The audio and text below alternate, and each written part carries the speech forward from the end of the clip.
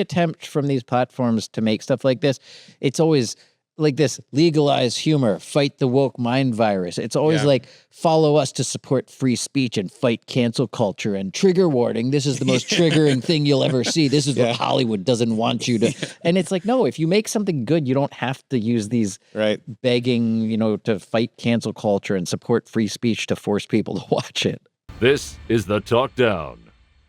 I saw this tweet go out the other day and made quite a splash. The New Norm show, claiming to be the South Park of X.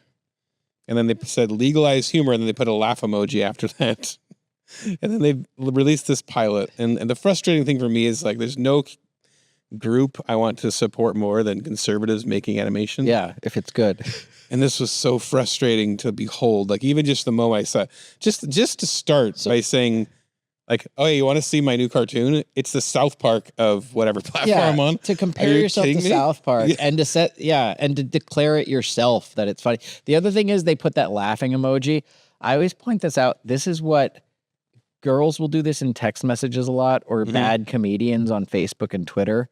They'll put that laugh emoji at the end to make something unfunny seem funny. It's like, look how funny this is, because they put that little laugh emoji. It's just a way that unfunny people. No, it's a way that unfunny people try to emphasize that something's hilarious by adding that to their own post. You're supposed to laugh. It's kind of like what the cartoon did. It added a laugh track. Oh, geez. See, I didn't watch this. I saw, like, months ago there was a trailer for this, and I watched the trailer and it looked terrible. Yeah, and I thought that'll never be anything.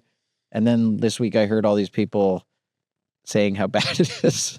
And then they say legalize humor, which already was like they're being oppressed. Like, they have all this great humor to release, and it's just being repressed by whoever. And thanks to X being free speech. Yeah. Now they got all these. They got Larry Elder, Dave Rubin, that JP Sears guy to do voices on it. So I like Larry Elder. I like JP Sears. I don't think Dave Rubin's funny. It's just, he's like, this is the problem with a lot of these right-wing attempts. It's like, Dave Rubin, he's a talented podcast host. He's a good interviewer. He's a good interviewer. He's a good interviewer. The thing that knows me is he thinks that we all want to hear his commentating. He presents himself as, I'm a stand-up comedian. Right. It's terrible. Oh, I've never seen him do pure stand-up. Is he a stand-up? There's clips of it. It's not great. Okay.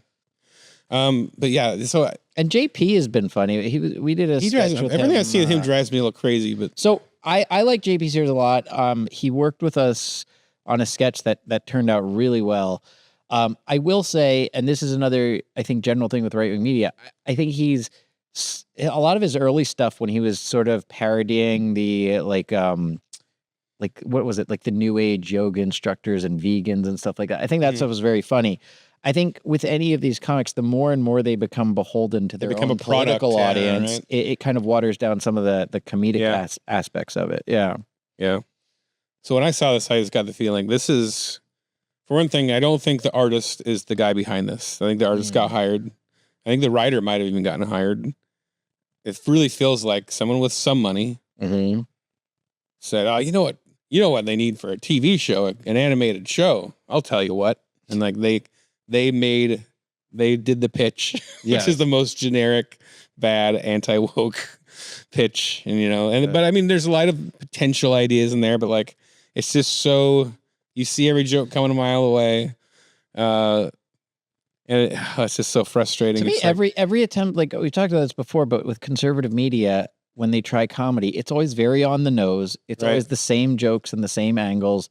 There's always like a woke character that lists their pronouns and apologizes for being white, and and it's just almost every script. It just hits those same points. And I'm fine with woke jokes. Yeah, but they anti-woke jokes. But they have to be creative and original and funny, or timed in a way that you don't see it coming. Yeah, you know what I mean. Like, it's not that like, oh, you made the jokes that you shouldn't make.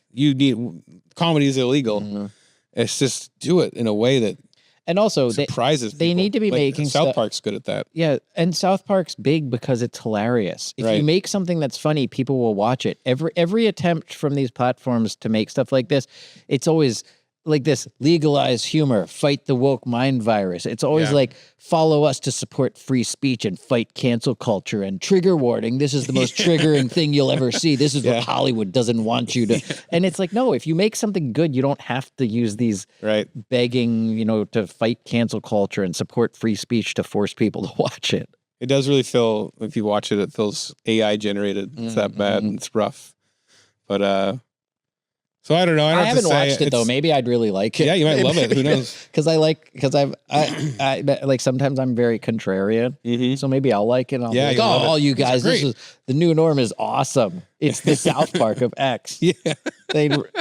Dave Rubin really nailed it with this one, you guys. And whoever this is, they have connections to Larry. They can email Larry Elder, Rubin Report. I love Larry Elder's such I love a great him. No, guy. I'm just saying, so this has to be some of those connections to those people. Yeah. Somewhere in the entertainment conservative space, and they put this guy, because there's no information, can't find any information anywhere about who made this. Oh yeah, the artist didn't put their name on it. That confused me the first time I saw the trailer for it. Like when I said months ago I saw that they were making this, and I didn't understand who was producing it or where it. That's a bad sign if no one's putting their name on it. Yeah, and anyway, I don't want to hammer it into the ground too hard. I just, it's sad. It's sad that this is what we got. Should I watch it? Should I give it a fair shot? Give it a fair shot. And next week I'll issue a retraction. There's some good drawings in it. I want to give the artist that. Nice. I've done jobs before where I go, and it's not, you'll compare this to, whatever, Family Guy or something, or South Park is purposely bad animation, but it's its own style though. It works for what. Yeah, it works for what it is. This is, I assume, it looks like one guy animated this. At least looks like all one drawing style. It's probably it just looks like someone with a lot of money hired a guy off of Fiverr, had him animate this. He might even be in America, and got all these favors from voice actor for podcasters or whatever in the conservative space, and this is what we got.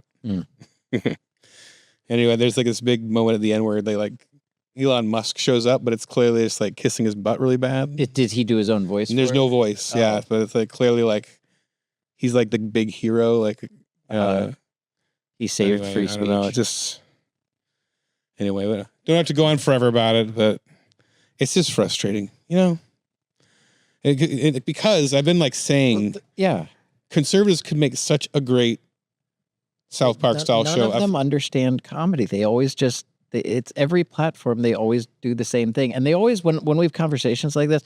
There was this other right wing, an up and coming platform that responded to one of our posts when we discussed conservative media last time. And they're guys that I've met and I've talked to before, and I like them, but they respond this is what we're doing. This is why and it's no, I'll believe it when I see it. Every right wing platform, when you say this, they go, oh yeah, that's what we're doing. We're doing it different. Too. That's our idea. Right. But then they don't produce something that's actually on par. And the thing is I do think it's harder. I think I may have said this before on here. I do think it's harder for conservatives to get stuff produced in Hollywood. But if you make something funny enough and strong enough, you can get it produced. Like Hollywood makes South Park. Right. Hollywood makes, Bill Burr specials. Hollywood makes Dave Chappelle specials. If something's controversial or it's anti-woke, but it's really, really artistically strong and funny, you can get it produced. It'll make money. Yeah, and I think the thing is, most of these things, like we've said before, it's not just that it's funny first. It's honest first. I think that's the I like something funny more than honest. Truly funny is honest, right? I think the problem is they put the politics first, and then they hire political people who aren't necessarily versed in comedy to try to be funny. Well, this has been our weekly complaining about. Yeah, whining. And the thing that bugs me about talking about this is because I am a guy who's made conservative animation. I made anti-woke joke animation. I even kind of regret. We named we had to name it in an afternoon, and it just we created a YouTube channel that died very quickly at Daily Wire for animated shorts we were going to do, and we did one and it just died, but it was called That's Not Funny. And it always, it's kind of bugged me looking back. I hate using funny in a title, presuming funny. There's jokes but I think you have to be a little self-aware. There's jokes I've done on canceled news. I try to make sure it's all funny, but when I go back and watch it, every now and then there's a joke where I'm that was low hanging, or that was easy, right. That was too heavy handed. Yeah.